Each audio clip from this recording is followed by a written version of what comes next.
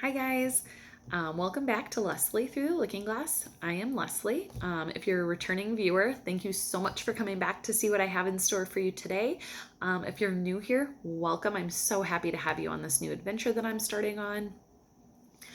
I almost didn't film this video today, you guys. I'm not gonna lie, last week has been a huge struggle for me. I've had a full swing of emotions and I didn't know if I would be in a headspace to put all of it out there today.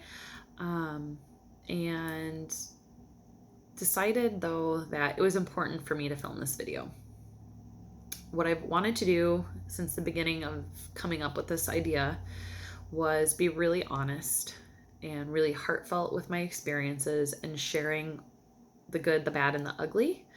I want to celebrate my wins with you guys. I want you to know that I go through the hard times too. So I thought the only way to continue to go down this path and do this channel was by being authentic and filming this video today. So I apologize in advance if it's a little unorganized or all over the place because I just have a lot going on. That being said, we'll kind of dive right into it. First, my week started with a huge high. I posted my first video and you guys, the support. I had so many people watch this video and reach out to me either through the comments or on my social media accounts, supporting me, telling me that they were excited to see this kind of thing, that they couldn't wait for new videos to come out and where I was going to go with it. And I just can't thank you enough. I wasn't sure if a single person would watch. So to see so many people coming out and supporting it just really reinforced my idea that I had and want to continue to do this and really share my story with you guys in hopes of making this journey a little easier for the next person and to take away some of that negative connotation that goes with anxiety and mental health and depression and that kind of stuff. So the week started out with a huge high.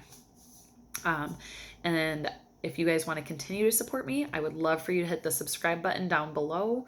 If you want to be alerted for when I put up new content, you just turn on the little alarm bells next to it. And comment below. I really want to be interactive as much as I can.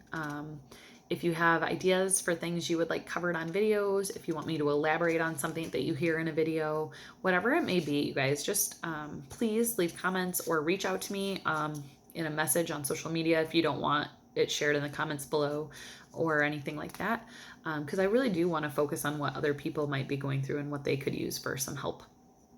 That being said, the end of my week ended far extreme to the other side. We lost a friend and neighbor really unexpectedly. Sorry, I'm already getting a little choked up. And it's been really hard. It's been hard on my whole household. We're all going to really miss him. It was very unexpected, and it's a very hard reminder because he was our neighbor across the street.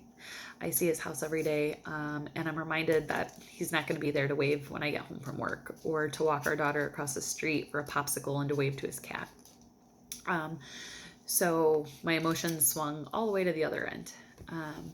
And I don't know about you guys who are going through this, but for me, the more extreme emotion that I feel, the more out of whack my anxiety is, and the harder it is for me to kind of grasp control of it. One of the ways that I have worked on with my therapist to try to help get a hold of anxiety when I feel really out of control is by gathering facts and working only in facts and not letting the emotions play a factor in how I'm feeling, which isn't easy and it's very difficult and sometimes it doesn't work all the way. But that's what I've had to really focus on this week because the anxiety in my day-to-day life because of my strong emotions has been harder for me to get a grip on. And I'm just going to give you guys a quick example of something that happened this past week that shows how hard it is sometimes to roll with the punches when you have anxiety. I finally decided that I was in a good enough place that me and my husband could go away for a night and leave Amelia with our in-laws. Sorry if you heard the dog tags just now. The dogs are getting restless. And I kind of had a plan in place on what we could do and how it could play out so that I would be most confident going in and kind of know how the scenario was going to play out. And we got gifted a fancy dinner at the steakhouse, and it sent me into a spiral, you guys. I had planned on going to the sports bar and watching the football game, and we could do all these things so that I would be like prepared for how the night was going to go. I could, be distracted by the football game, the whole 9 yards. Who in their right mind wants to turn down a fancy dinner? This girl, because it wasn't my plan. So it immediately sent me into a panic. So it took a lot of work this week. It took a couple conversations / frustrations coming out to really like get to a good place. Because it's hard, you guys. It's hard to communicate your anxieties to people. People don't always understand it. And when I'm emotional and really stressed, I have a very hard time in explaining it to people, especially if they've not lived it, because nobody can understand it fully unless you're going through a similar situation. That's just the facts. People can still be supportive and amazing and do their best. And so that's where I sometimes struggle, because I get frustrated at myself for not being able to communicate it better, or, just articulate my feelings behind what my actions when I'm trying to sort through it. And it took a conversation with one of my friends pointing out all the good sides on the menu, because if you know me at all, queen of carbs over here. So lobster mac and cheese, delicious potatoes, like I could make a meal out of that. That wouldn't be so bad. It's important to my husband. He loves fancy steak things. So of course, why wouldn't I want to do that for my husband? But it just takes that time to get around to it. Coming up with those contingency plans, like, okay, well, once we get done with dinner, we can still watch some of the Bears game and still enjoy that. Our reservation, what time is it? How does that factor into when we get to watch the game? I just had to get all those pieces and kind of fit that puzzle together and get to the place where I can be, on board and even possibly looking forward to the change in situation. But it's hard. And that's hard for somebody who's like, my husband's very go with the flow. So it can be really hard sometimes in communicating these things, because, he doesn't get why I can't just, put that plan to the side and roll with the punches. And I want to get to that point. Like, I wish I can be that person. I used to be that person. So I want to get back to that. But right now, it takes a lot of work. And so one of the things like we've really had to adjust is me asking questions in a way that's not confrontational, because sometimes my delivery is not what it intends to be. And he has to work on being a little more patient with my questions, because he doesn't understand why I'm asking them, but he now understands that they're important for me to come up with my plan. So that's been a big learning curve. But this week, it really, we got to that place in both of our sides. And I think hopefully going forward, it makes things a little easier to navigate. But it's hard, because when you have that voice in the back of your head being like, well, what if this happens? What if you can't enjoy it because you're too worried? There's just, anytime there's an unknown, I go into a situation much less comfortably.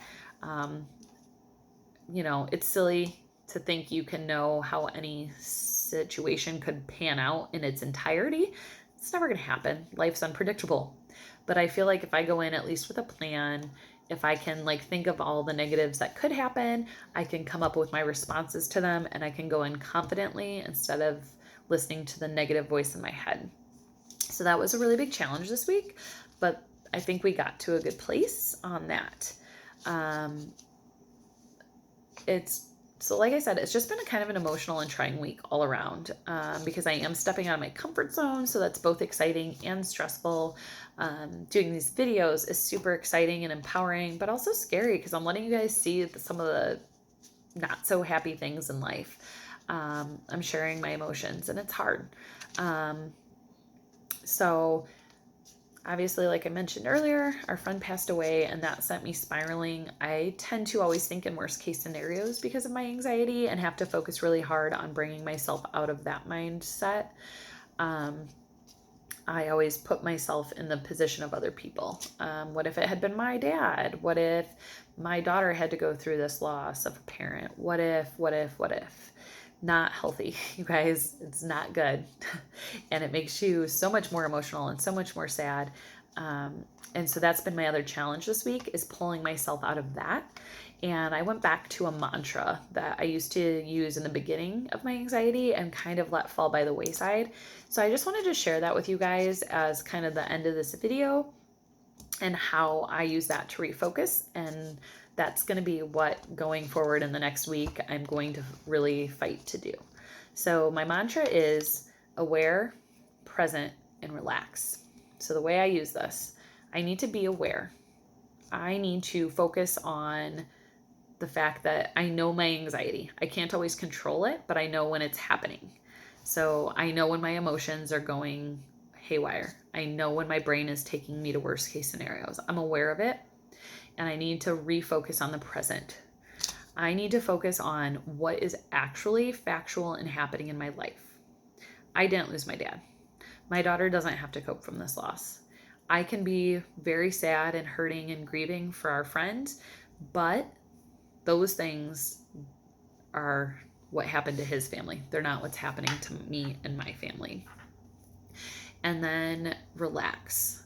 I need to take that time. I need to give myself that little break, whether it be yoga like I did yesterday, or some sort of other type of self-care, taking a bath, going for a run, doing whatever resets your mind frame, listening to music, doing whatever you have to do, guys. Just remember to be aware, be present, and take the time to relax if you need it. All right, guys, that's going to be what I'm focusing on going forward this week. If you have a mantra, drop it down below in the comments. Let me know what works for you. Share that with people because maybe it helps them too.